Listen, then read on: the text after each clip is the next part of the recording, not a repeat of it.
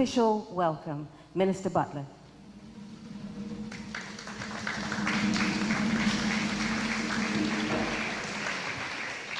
Thank you and good evening, Mr. Premier, Mrs. Scott, Dr. Gibbons, Leader of the Opposition, Dame Jennifer Smith, to Minister Randy Horton, Minister Cox, Minister Michael Scott, Minister Larry Mussenden, to Senator Kim Swan, Senator Neville Tyrrell, Senator Raymond Tannock, and I think I saw MP Dean Fogo and my ministerial colleagues and Senator Raymond Tannock. Did I mention your name? I don't want to leave anyone out. Ladies and gentlemen, good evening and welcome to this year's Emancipation celebration organized by the Department of Community and Cultural Affairs. The focus of this year's program is to highlight and also chronicle some of the slave experiences prior to the Emancipation Proclamation. And you heard me say the slave experiences. That's why we turned off the air conditioning. I want to really make you feel what it was like. Releasing the Shackles was written by noted scholar Rolf Frederick for this year's Emancipation program. Through his creativity, Mr. Frederick used some of the raw research material of the late Dr. Kenneth E. Robinson and fashioned this literary work, which will be performed for the first time this evening. This play serves to bring to the forefront some information that may be unknown to many of us, and lest we forget the harsh realities of the physical and mental cruelties that were visited upon our forefathers and foremothers of African descent.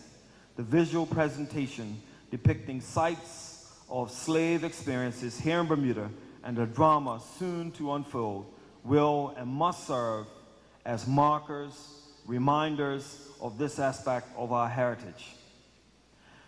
But yet, releasing the Shackles is also a celebration of the end of the dehumanizing of the enslaved.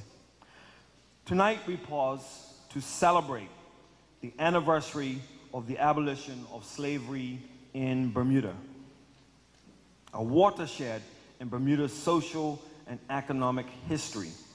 Certainly, this production would not have been possible were it not for the commitment, talent, and zeal of the entire cast and production team.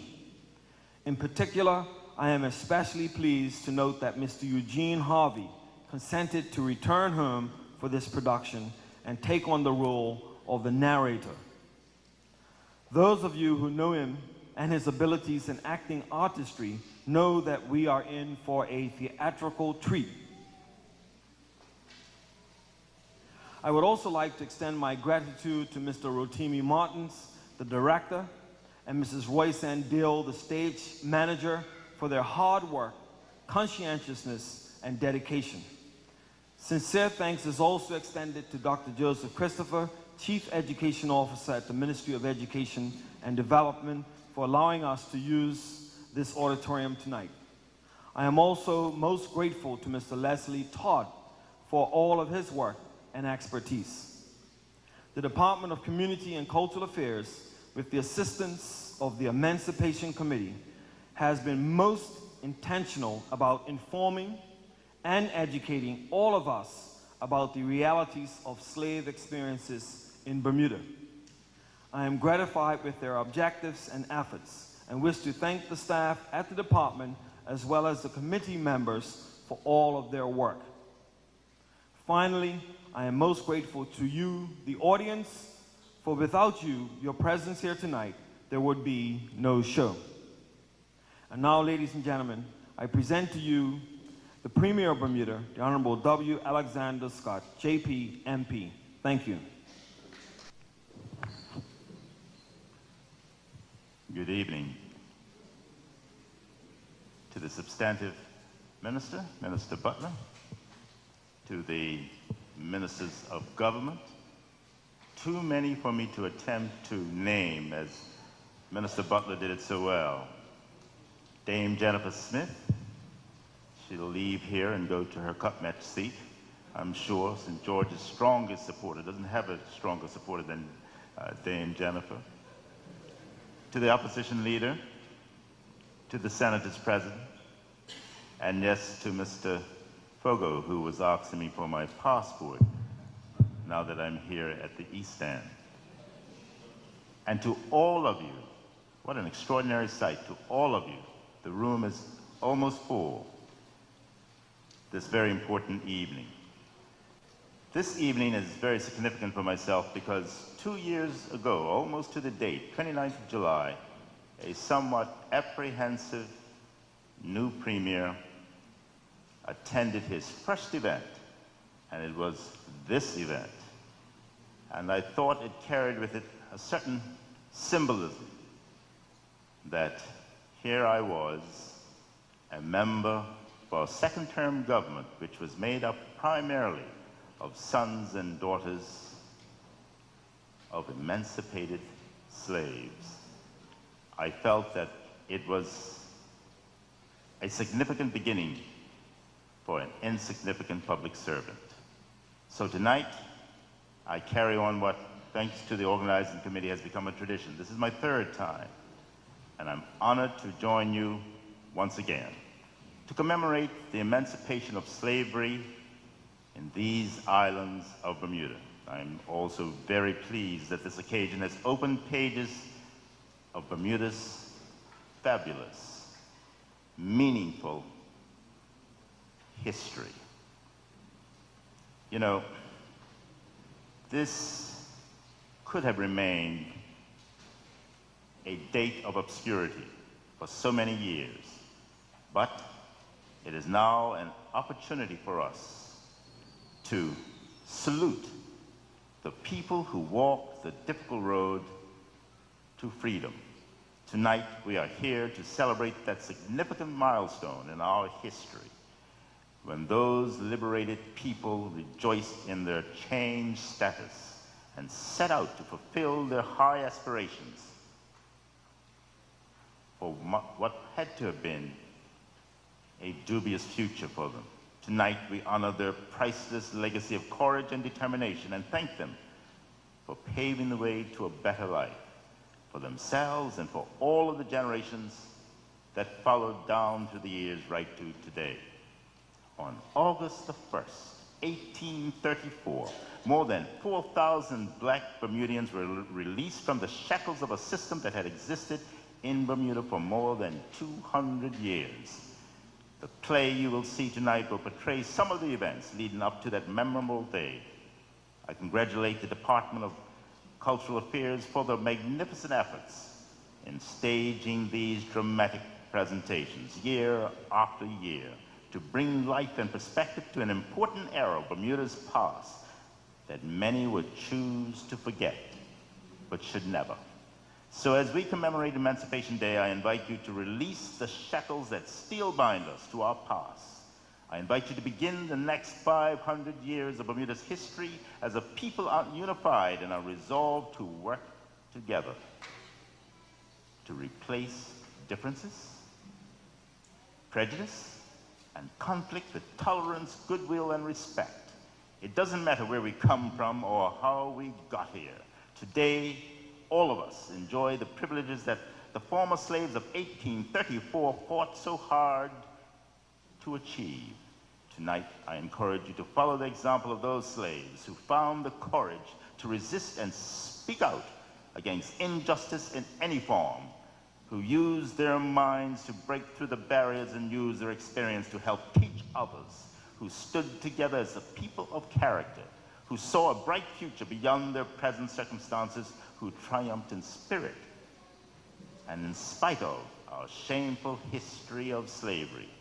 We owe the slaves of 1834 our deepest commitment to walk the path they paved to become the society they envisioned, where people of all ethnic backgrounds could live and work together in a spirit of unity and pride. So it is a proud, proud Bermudian that stands before you tonight and says thank you, and join me for the treat that we are about to have for our most talented class. Thank you, and it certainly is nice to be here with you.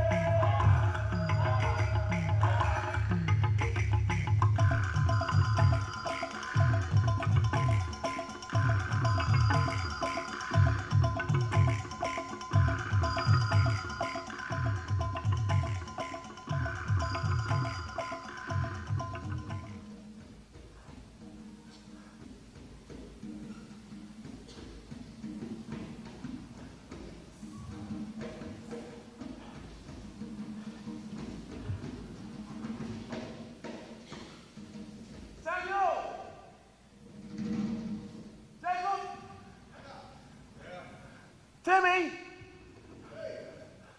Hey, Mary!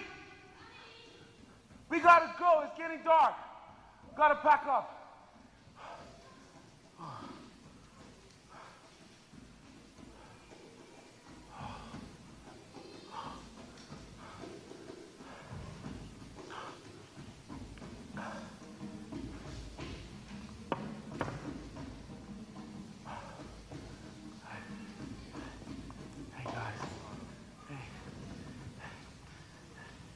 Hey, you know, guys, I had a dream last night of a big white box that blows out cool air. Yeah, I don't know what it is. I think it was a sign. I say, Joe. I've some news from the council meeting last eve. Master Garrett? There was talk after the meeting. You know, all the real business is done after council. Well, there was talk that at the next council meeting, you Negroes will be given your freedom. Master, do you hear what they're saying? Freedom? Yes, indeed. I heard these words with my own ears. Words spoken by two reliable and esteemed gentlemen. No more forced labor. Hey, you heard that? Master Garrett here says that at the next council meeting, they're going to abolish freedom. Oh my gosh. We're not having freedom. They're going to abolish slavery.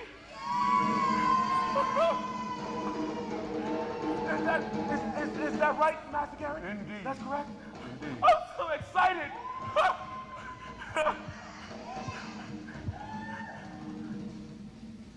Sir, George Garrett, you have been found guilty of inciting the Negroes.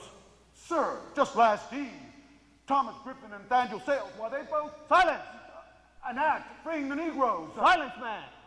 You will hear the charges the court has found you guilty of, and of spreading a false report. Sir, both these gentlemen gave me to believe that the Negroes would be free. Silence! You rascals! You betrayed them! You betrayed me! I'm innocent! George Garrett of Southampton tribe, I sentence you to receive 21 strokes at the whipping post for your crime. Furthermore, let there be affixed to your chest a sign for all to read. The sign, stating your transgression, shall be worn in public for 1 week, so that all will see and know you for what you are. I'm innocent! Silence! The punishment will be executed at once. Oh, the Negroes were hurt knowing that I betrayed them, that they betrayed them. We should let them down. It's not good. Oh, no. It's not good. Oh, it's not fair. Oh, God.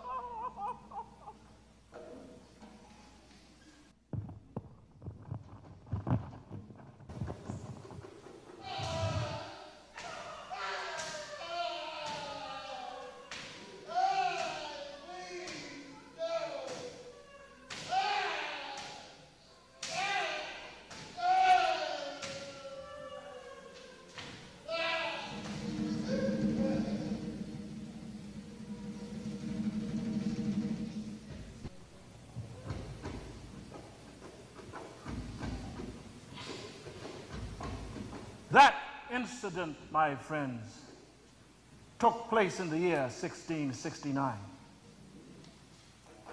Does it ring a bell in the memories of some of you? Aha. Well, let's go back. Back to the year 1621.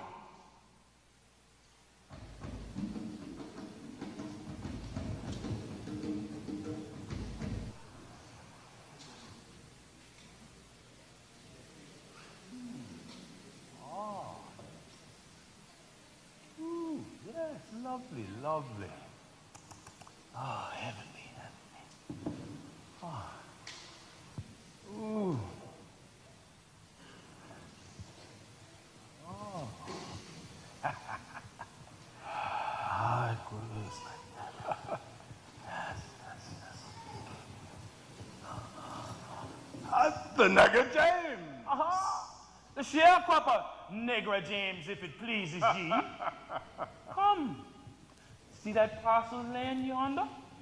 Mine to farm, friend Francie. But friend Francis, the sharecropper, I prithee. Ah, tobacco feeds the family, the whole tribe fat.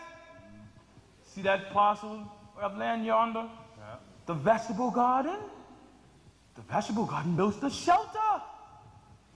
Good year. Oh, yes, yes, yes. For tobacco, too. Yes. Now, there's money in that. Caution.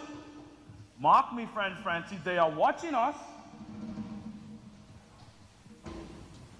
1621. Negroes at that time who worked the land were often given pieces of land to cultivate for their own use. It was called sharecropping. It wasn't unusual. It was the same way for the whites, exactly the same. But, there's always that but, isn't it? This but showed itself some 5 years later. The year 1626. In that year, servitude became slavery. I said servitude became slavery.